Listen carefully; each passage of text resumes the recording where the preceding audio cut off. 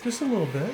Mind your own business. No, this is my business. Literally. I made, so far, YouTube says I've made $27 and some odd cents for ad revenue. I'm impressed you made that much. so we're doing all right as far as I'm concerned. Almost paid off this camera.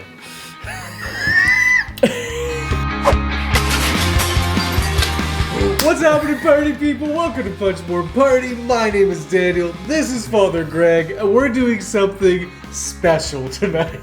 Sure, special. The tagline of our channel is sharing the love and joy of board games. Mm-hmm. And we've decided to just fly in the face of that, and we're going to talk about the top 10 worst board games of all time. And these specifically are more the top 10 games that we hate. I'll speak for my list first, is that these are still games that party people, you're probably still going to enjoy. Like, these are games that are still quality. These are probably games that I enjoy. Yeah, these are probably games that you enjoy. These are still quality games. There's just something or some things about them that make my blood boil. How did you put your list together? Kind of the same thing. Yeah, I took out a lot of, like, I'll say the mass market games, you know, like Uno or Crazy Eights or something like that. Right. But like a lot of those games I kind of took out. So it's not just necessarily like the very bottom of my top 10 rankings. There's a little bit of kind of finagling going on. But most of these are games that are what we would call sort of board games, you know, right, that are intended for like an adult audience, save maybe one or two exceptions. I'm gonna be nice to this game by saying that it is a game for children, and so probably shouldn't be that hated, you know. Okay. But I do have nieces, and I've played a number of kids' games with them, and I've mostly enjoyed. You know, I played Ticket to Ride, First Journey. That's a nice little kid-friendly adaptation of Ticket to Ride. I really enjoy that. So there are good kids' games out there that I do enjoy playing. The one that I do not enjoy playing is Candyland. Here it is. Candyland commits the worst sin in board gaming, which is that it has this game, but the things that make you lose are thematically so beautiful that children don't know the difference between winning and losing in that game. Because they pick up the card that makes them go back to like the candy cane forest, and they're happy. Yes. Because they get to go to the candy cane forest. And who wants to move up 2 purple spaces when you can go to the candy cane forest? Right. And even though you're like, no, you're supposed to be miserable. You have lost. I've seen children cry because they've gotten to the end and are sad that now they don't get to go to the candy cane forest anymore. Oh, yeah. Because they got to the end of the game. I hate these games. This game for numerous reasons. And the thing is I've softened on my hatred for it because watching my kids play it, they enjoy it. Mm-hmm. And if I poo-poo this, then I'm like sabotaging my desire to get them into the hobby. Also, I have to interrupt. Oh. We have a guest commentator for Candyland, party people. Just for the record, our kids do not enjoy playing Candyland. It ends in fighting, like, so much whining, fighting. One time they actually ripped the board in half, like on purpose. Ripped it in half out of anger. Our board is currently in 3 pieces that they pushed together. We played it this morning. It was not enjoyable for anyone. I was wrong. Great thought, Sarah. Candyland is trash. All right, okay, let's get right into this. My number 10 is Tash-Kalar Arena of Legends. This is a Vlaada Chvátil game. Okay. Where the box cover is this like Minotaur type creature, and then this sort of like Cyclops-ish, or just kind of like an ogre type titan of some kind, and they're just battling. And what it is an abstract puzzle game where you have pieces that you're moving around on the board in different patterns, and you have cards that correspond to the moves that you're doing. A little bit of a Onitama type flavor in that regard, but just the disconnect in my mind when I played this game between these monsters battling in an arena and checkers was just like too much for me to get past. I was just like so frustrated because typically in games I lean on the theme to understand what I'm doing. For sure. That's just my style of play, is the theme can really help me to kind of be like, yes, I'm doing this. This didn't help at all. It was all in the mechanics of how the tokens moved and how you flip them over to make them more powerful and then be able to move them in these patterns, that pattern, defending against those patterns over there. And I just like made me mad. And when I played it too, here's the note. I played it on Board Game Arena. And so it was just like I didn't have the pieces to like get under, so I just like had a really terrible experience when I was on the phone with my buddy playing this game, and we just stopped playing. I just stopped playing. I just couldn't. So this is cemented as a game that I just can't stand because I was so soured on it during the play that I just gave up. And it was mainly the disconnect between theme and mechanics. My next game is a game that I think I played as a kid. I don't know, maybe it's designed for kids, but there's 2 iterations of it. The first one that I played back when I was a young person was the farming game. So I grew up on, my cousins grew up on the farm, and so when I went over to my cousin's house, they had the farming game. And I, as a kid, loved the farming game. And so then I saw the construction game, and I was like, you know what, I should pick that up just for old time's sake, you know, just to see, you know, I remember playing this game and loving it with a great affection as a child. Yeah, it's not good. It's real not good. It's just real bad. So is it a re-implementation of the farming game? Yeah, it's just like the farming game, the construction. They're the exact same. It's just one you're farming, one you're building stuff. It's basically kind of Monopoly. You're rolling, you're moving around the board. You have money. You start like investing in either different fields or different like construction equipment.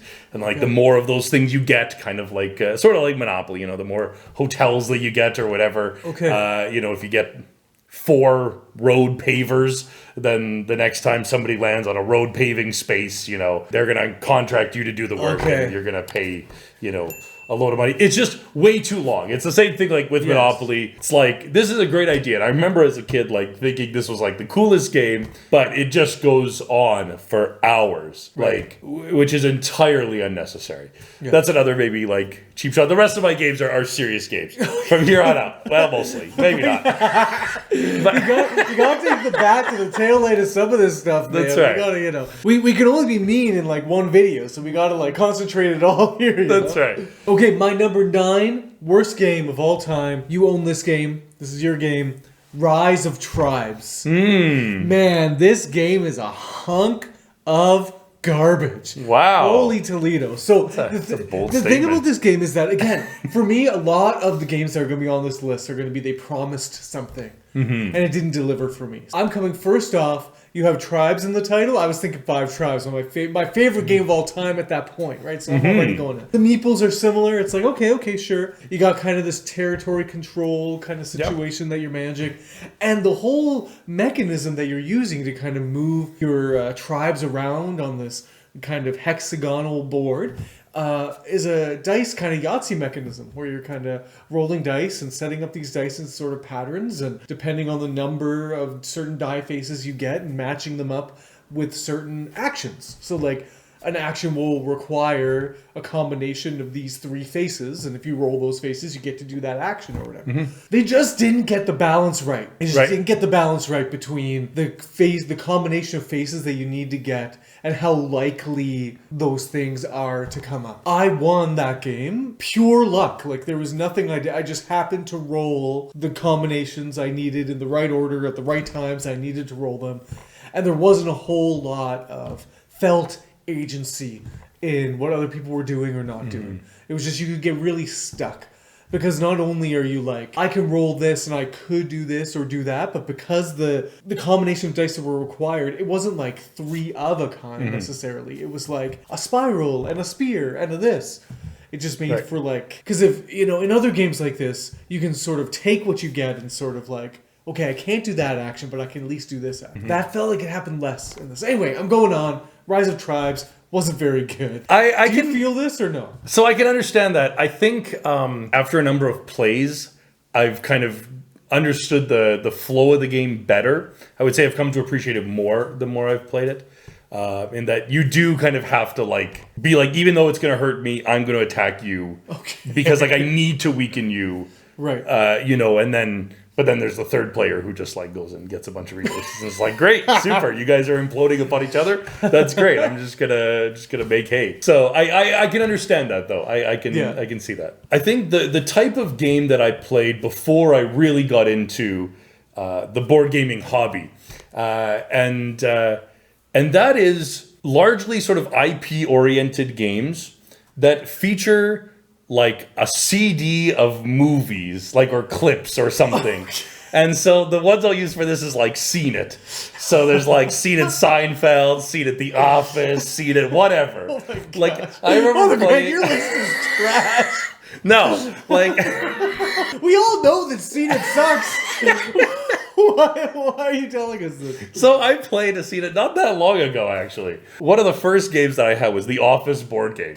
And I love the Office TV show, and I like saw the Office board game, and I was like, oh my gosh, I'm gonna buy this.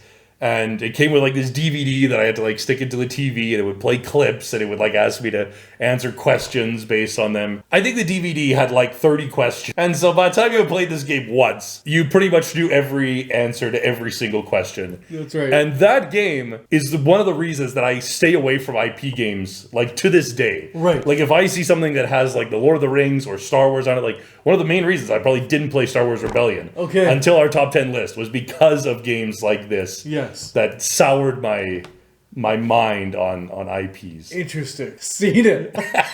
Fit for the pit. Yeah, man. No, the pit's a good game. Okay, here we're getting into the good stuff now. My number 8, Tales of Arabian Nights. Oh my gosh. Why would this game ever be reprinted? Why would you do this? Here's the thing. Yep. The reason why it didn't get like to my worst game, because like we're getting worse as we go from that's surprising. I'm surprised this wasn't like number 1. Yeah, so like the reason why is that it still has a glimmer of fun. The scenarios that you get yourself into are still fairly entertaining to read about. Right. So it's like if you're going into just a night of storytelling, do you just want to play a game where we're just telling each other stories about ridiculous things? Then fine, play Tales of Arabian Nights. Right. But if you're going in for a game and you think that where you are on the map or what you choose in a particular scenario is actually going to result in a fairer outcome or not for you, if you think that you can even like telegraph in any little way what's going to happen to your character because of the choices you make, you're out to lunch. This is not going to happen. It's not going to be okay. You are just going to die. No matter what you do, no matter what you say, you are going to die in a weird way from a mermaid dressed like a man. I don't know. Just some weird thing is going to kill you and you're going to die. Except for you. It's going to be you. You're going to be out there. You're going to be feeling this and everything amazing is going to happen to you. Everything. And I'm going to sit there and I'm going to be so angry that every time I do something, I die. And every time you do something, you go on amazing magic carpet rides and inherit kingdoms and all sorts of bull crap. I love this game. But am I wrong? That's what it is though, right? Yes, this is a narrative adventure. So narrative toilet paper. There's a little white line.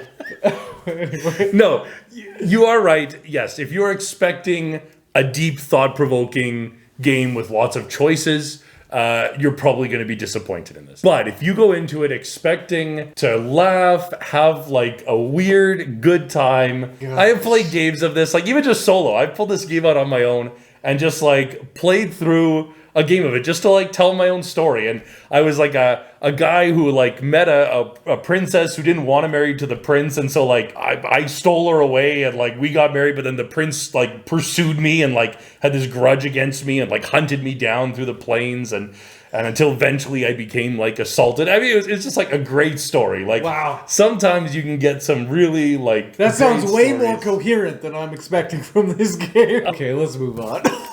Cool. Making me mad just thinking about it. My next game is a game that Daniel owns. It's on his shelf somewhere up there.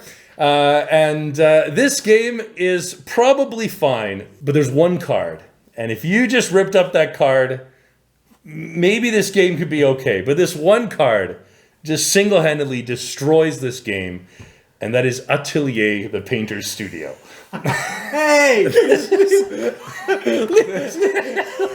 Back off, man! Doesn't feel so good when it's coming on the other side now, does it? Leave me alone. This game is fine. No, there's like, so yes, you're painting paintings, and you're like, you have an action where you go and you like take paint from pots. Yes. You like take these like paint cubes or whatever from the supply of paint that exists. Yeah. But there's like one card that like once you complete this painting, like every time either you or somebody else goes to claim paints, you get paints. Yes. Like you just get extra paints. Yes. And like every time that we have played and that card has come out, the person who has gotten that card has won the game. Yeah, okay. It's just like, it's a very, very strong ability. Yeah. And if you took that card and just ripped it up, I'm sure I would enjoy this game. Yeah. Much more. But it's just that one... You know what, though? Like, to be honest, I think there's a couple... There's a few cards in there that have that kind of swingy nature or power to them. That stands out, though. That stands out. And yes, you're right. You're right. But the theme of it, like, I was like, I so wanted to love this game. Like, it's got beautiful artwork. Like, the aesthetics of it is really pleasing. Just like a lot of classical art from like all across the years. Yeah. And otherwise, good game. I still love it. I still love it. And you can't take this love from me. My number 7 is Railroad Ink.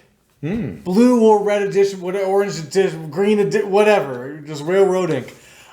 I got to admit that roll and rights, it has to be the right roll and write to kind of squeeze into my heart. It's just not like, it's not a genre for me that's ipso facto. I'm going to like roll and rights. Like, roll and rights is not something I'm looking for in a genre for my board games. But when a good roll and write comes along, it captures my heart and I say, fine, I'll play a roll and write because it is Cartographers, because it is Welcome to, because it is Trails of Tucana. But Railroad Ink did not win over my heart. I'm sad now. Oh, this game, like, it's just this brutal situation where you roll a bunch of dice and they have different ways that the tracks run. Yep. And you get to choose from these dice to draw, you know, how your tracks run. And I don't know what it is, but just like optically or visually, it was just tough for me to like tell the difference, not tell the difference between the die faces, but tell the difference for how that was actually going to help me succeed in my quester. Why I would want a hook, like a turn in the road versus a straight line. Or why I would want a kind of overpass or like train bridge via something else. Like I couldn't get it, and it was all just bland. It was all just very boring. I was just picking from these lines. I was picking lines, I was drawing lines, and I wasn't happy about it the whole time. And I did terribly, so that factors in for sure. But yeah, I did not enjoy Railroad Ink. There was nothing that like popped for me. There was nothing sort of tense. It was just kind of this messy race to connect things. Right. So I do not like Railroad Ink. Wow, that's a surprise to me, because this is like just a nice casual game for me. Oh. Something about like when I get a little pad and I get to like draw my roads on it, and I get to draw my train tracks and draw lakes and mountains and volcanoes. Oh, it's just pleasant. It's this is kind of calms my soul. There's just so many others that are that, but this is not that. But this is what I mean, party people. This is going to be games that you're going to enjoy. So take his word for it rather than mine. But this is a hunk of burning trash.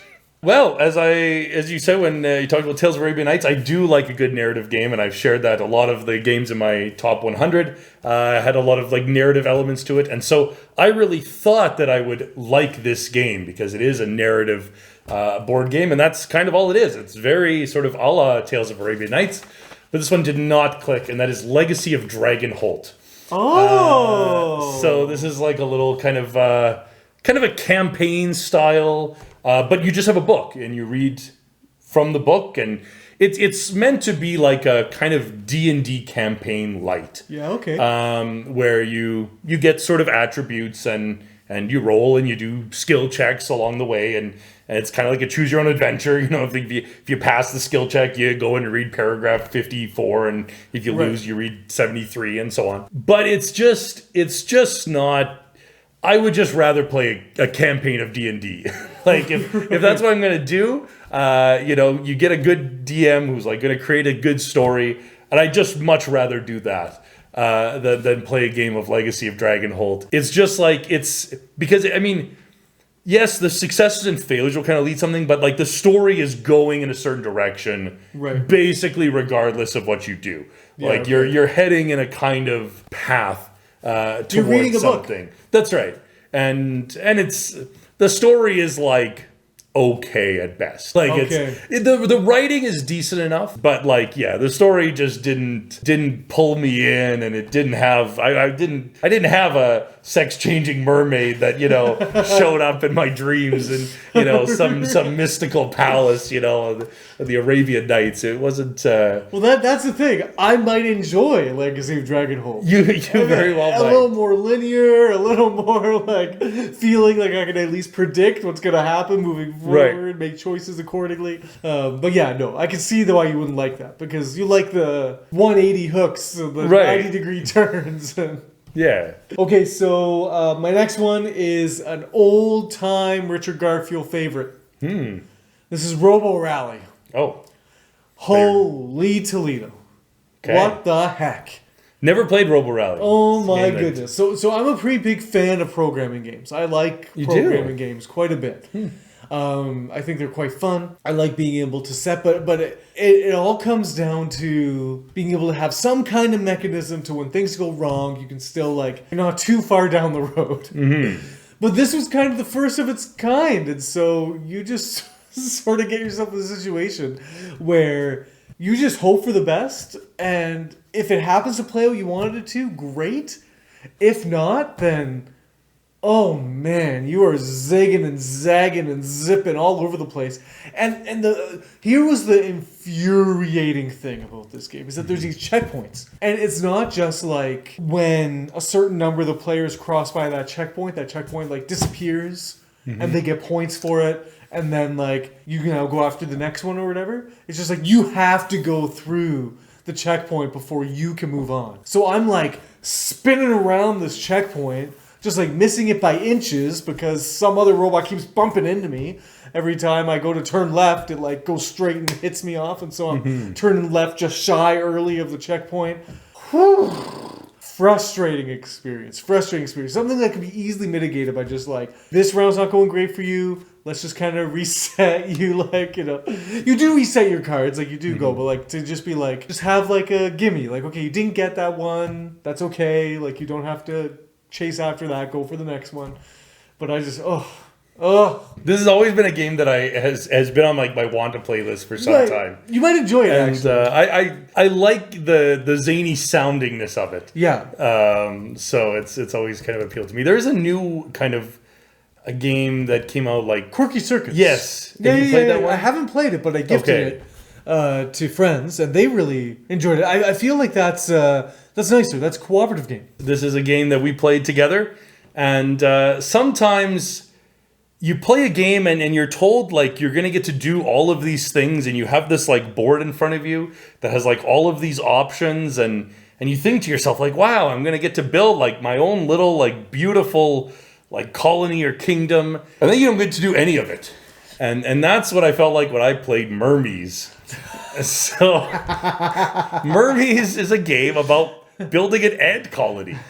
And maybe we played it terribly. I fully grant that maybe there's some strategy that I just didn't get when I stepped out into this game, but we were eking out one larva. You have this board that has room for 100 ants in it. You could create this massive ant colony. You're cool, sweet, all right. I can multiply huge amounts of ants and send them out to far off regions. I think we made 2 ants and sent them out, and I picked up 1 strawberry and brought it back to the king, and then the game was over. I was what? That's it? Like, all that work? Like, that was a pretty terrible play. And you were not enjoying yourself. No, that was... Any of the time. That was miserable. Like, yes. I felt like the game promised. Like, it was like... And I was kind of like, okay, sure, all right, I get to build a huge ant colony. Like, all right, this could be fun. And yeah, maybe we just did something terribly wrong. Maybe I missed some strategy. Maybe there's somebody who's like, oh no, yeah, you really... Oh yeah, we did not play optimally for sure. Right. But like, maybe with optimal play you could create 4 ants? I don't know. like it's a very tight game. It's very, very tight. Not a lot of games about building an ant colony. Yeah. But this one did not. It's not a great experience. But again, I'd like to revisit it. Maybe. It would take some convincing for me to get that one back to the table. Right. Okay, so I combined 2 games together because they were right side by side, and I realized that it was probably more the style of game that I was after than the games themselves. So these are Star Wars, the X-Wing miniature game, and Star Wars Legion. So I talked about Star Wars Legion fairly recently because I played it over the summer.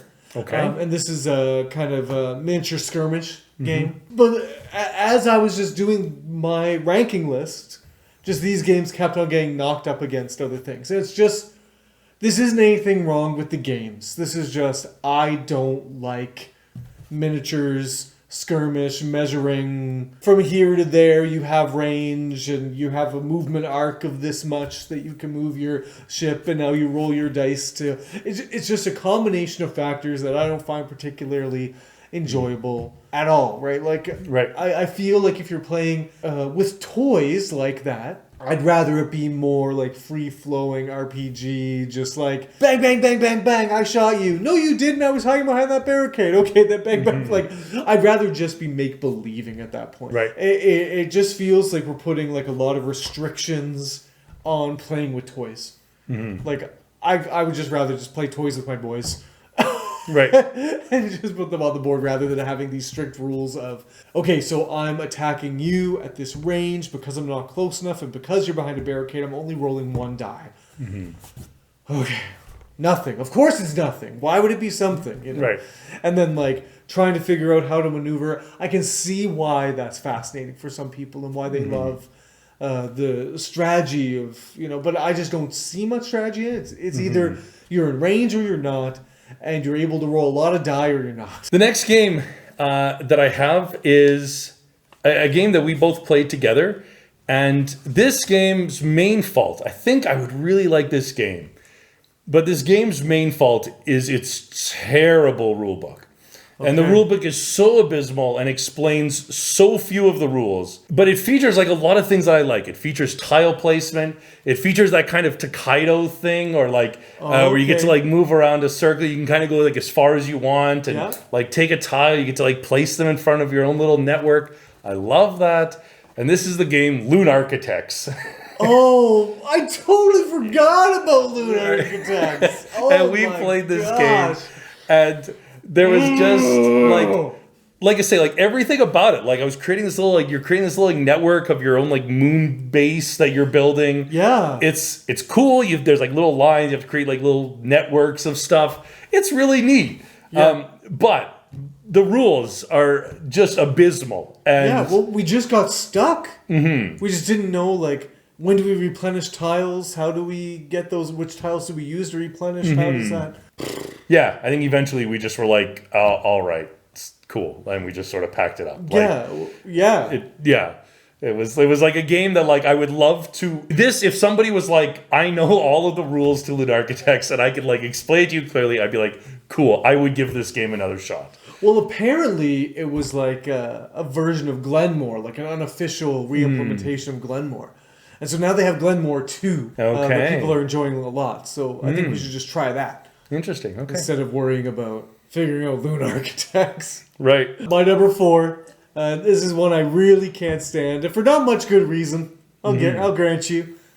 Innovation. Okay, so Innovation is this card splaying game, right? So first off, that's stupid. Basically what you got going on is you have cards with certain icons and you lay them over one another to kind of create, sort of compound the icons and make what you can do more powerful. On the version that is most readily available, the art is so bland. It's just text. It's text and like grayish, pastel-y colors. Like just want to vomit just looking at it. Let me get off my high horse. These are not objective evaluations of these games. Right. I didn't understand innovation. I didn't do well at innovation. I did not like innovation. And the feeling of dislike that I have for innovation persists. and that's why it's on this list. My next game is a Stefan Feld game. No. What are you doing? This game... Dave, cover your ears. This game... Come on. Oh, man. Just because you didn't have a crystal or whatever. This game is unbelievable. This game, like, hurts so much to play it. This game is AquaSphere. This game is so miserable. I have horrible feelings of playing this game. So there's a couple things. So first is like when you do an action, there's this kind of like tree. And so you have to like choose like to do like whatever, a white action or a black action or whatever. So you choose, you go down one. But then now that you've chosen that like path, now the next round, certain new actions are available. A blue action or a purple action or whatever. And they each do something different. But whatever, they're all colors. And then like that purple action makes available a yellow action and a red action or whatever. The amount of like planning that you need to do, the amount of like turns that you need to think ahead. You're like, okay, well, I need money. Okay, well, to need money, I need to go down. I need to do a yellow action so I can get some money. Oh, but then I have to do a purple action to get to that yellow action. I don't want to do a purple action. Yeah. Okay, is there anything else I could do? And then you get to this score track. And this score track, so you're moving up on the score track, you think, hey, if I get points, I should just get points. Like if I get 10 points, why I should move up 10 spaces on the score track. Except there are these little spots. And these little spots you cannot move past unless you get a crystal. You gotta plan, man. You gotta have some forethought here. And these crystals are not easy to get. And when you're like 2 spaces away and you score, you've like put thought into this and you score like 20 points. And you're like, all right, here we go. Now it's all coming together. 20 points. Do you have a crystal? There are words. There are words to keep the family-friendly nature of this channel will not be said. But this was a game that I swore vigorously in. Oh, yeah. This was a game that thoroughly enraged me. Yes. And I do not like AquaSphere. So, my number 3 is Galaxy Trucker. Oh, my gosh. Oh, my gosh. I cannot tell you. 2 Vlada games. Sorry, Vlada. This was not intentional. But I just can't even with this game. Okay, so real time is not my favorite thing in games. I'm not a fast guy. I need a little bit of time to think. I'm not AP per se, but I have moments. Mm-hmm. So this game would be fine if it was just like... If it was the way that it was described to me, this game would be fine.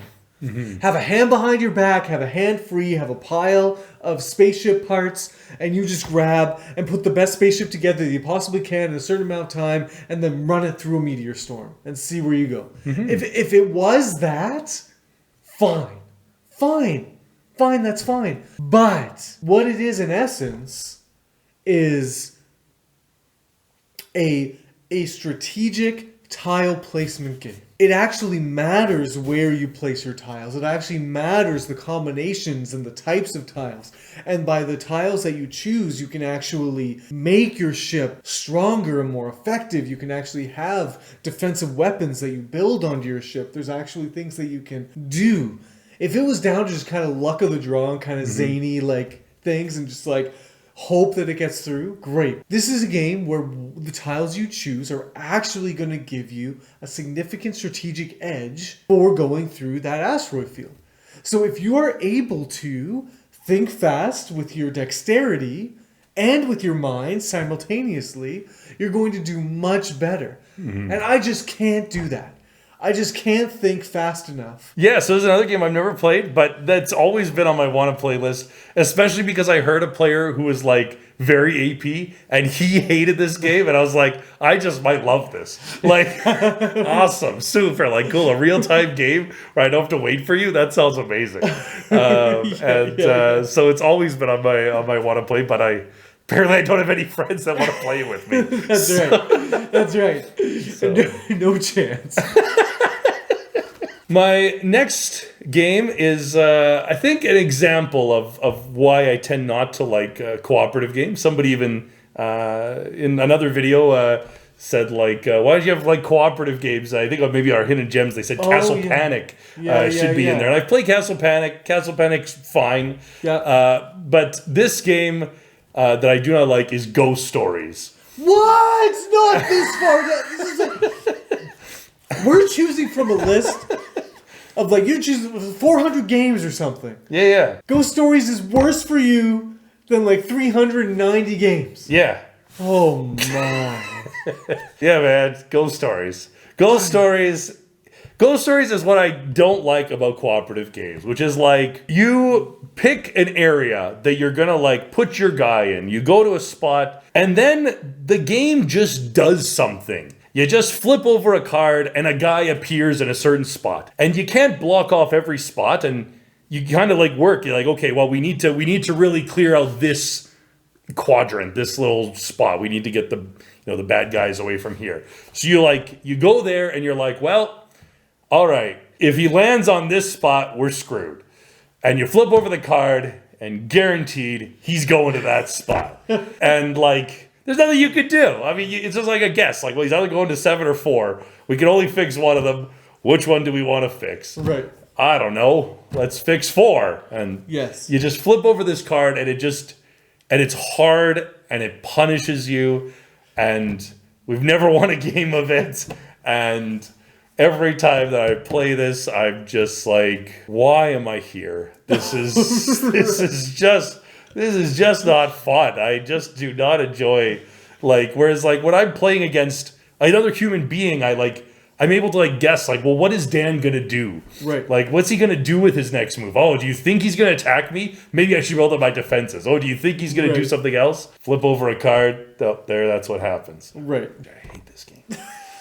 So this game is definitely like you're either going to win or you're going to lose, and it doesn't really matter what you do. Like it does come down to card flips.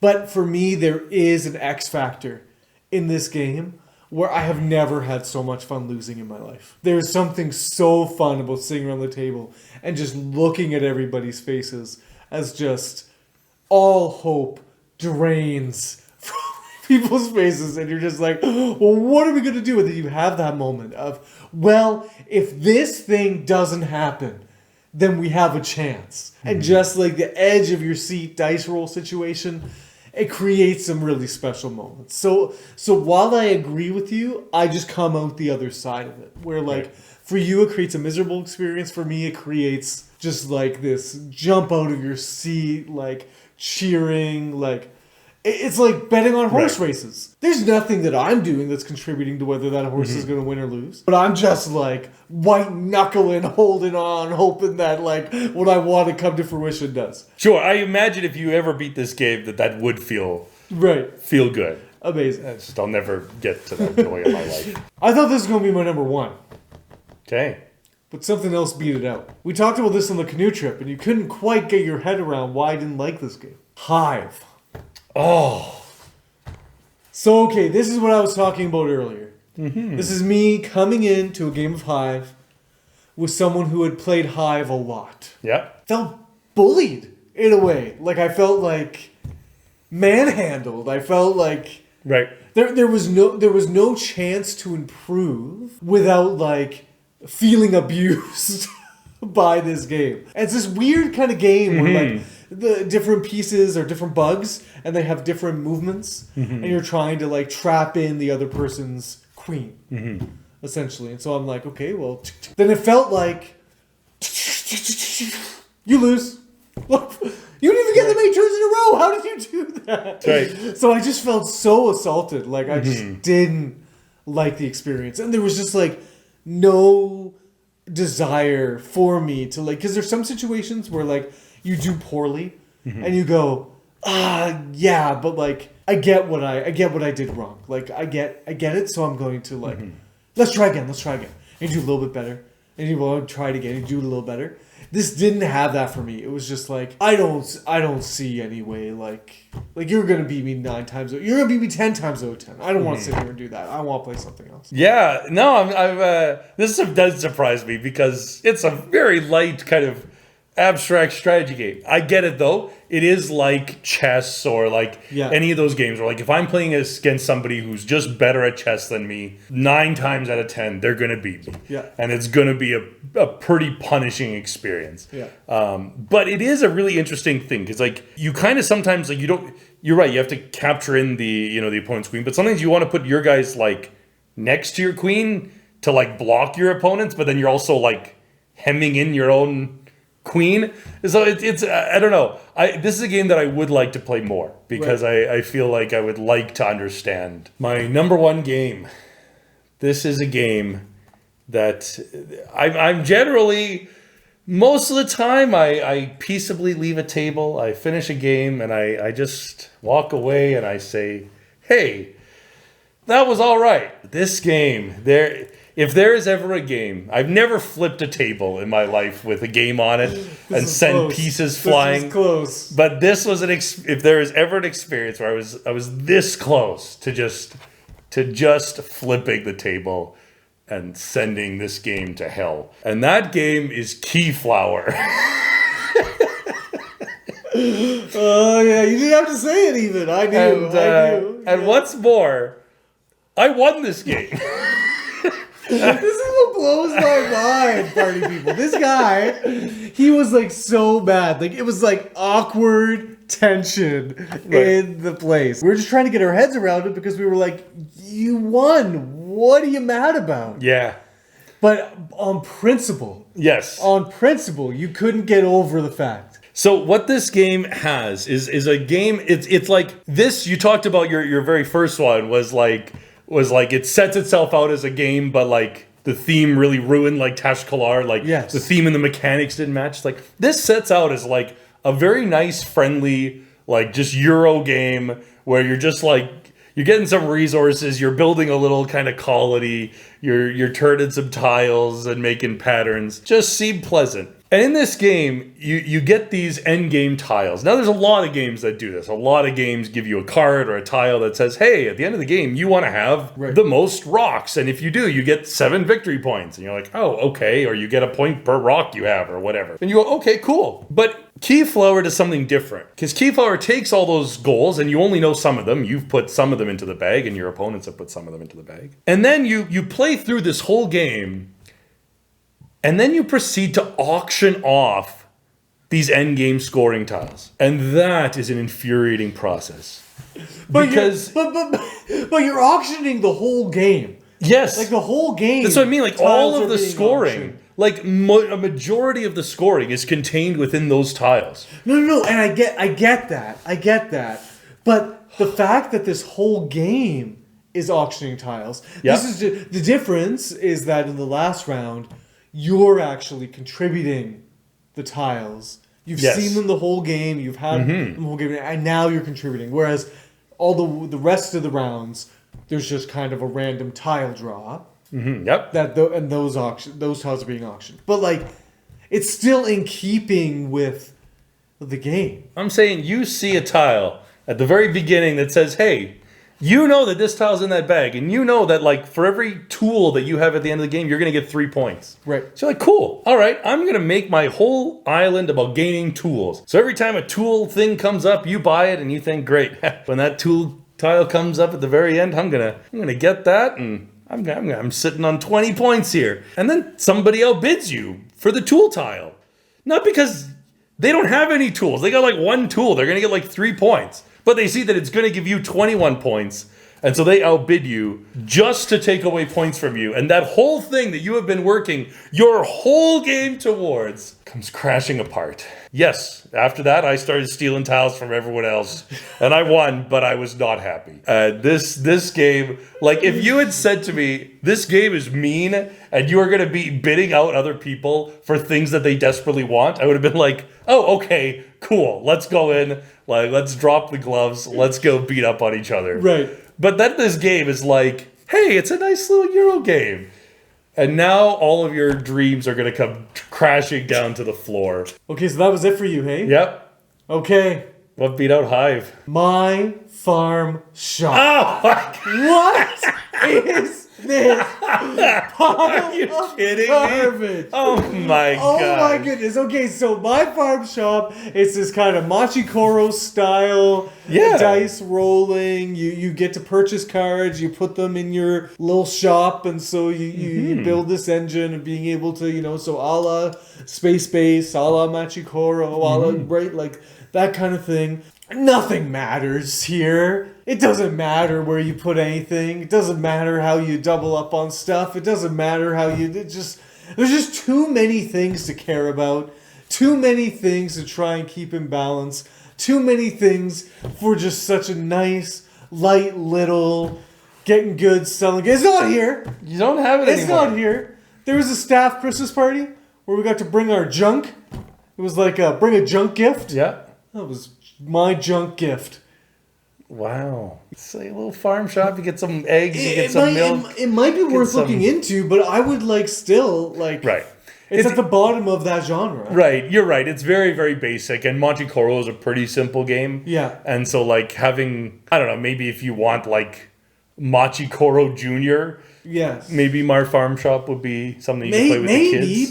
But there's still too much going on for it to fit that category. It's it's light, it's inconsequential, but there's this circle of cards, and then there's your own board to worry about, and then it's just right. And the setup is a nightmare of there's a deck of cards with 4 or 5 different levels, and so the cards that come out are supposed to be they get better and better as the game goes, and it's just I don't know if this game needed that, and so it's just kind of a pain in the butt to set up and get to the table, and anyway. Wow. My Farm Shop, not good. Why is you dislike this more than Tales of Arabian Nights? Well, at least I left Tales of Arabian Nights smiling, if not a little angry.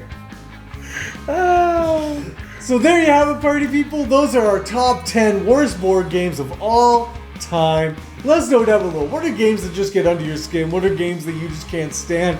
Even if it's quite irrational. And again, we're not saying that we are right in our dislike for these games. We're just saying that they landed wrong for us. And we just carry a hatred for them. So let us know down below. What are games like this for you? We would love to hear from you about them. If you enjoyed this video, please subscribe to the channel. Please like the video. Please share this video with people that you think would like this kind of thing. And until next time, party people. Have the best day.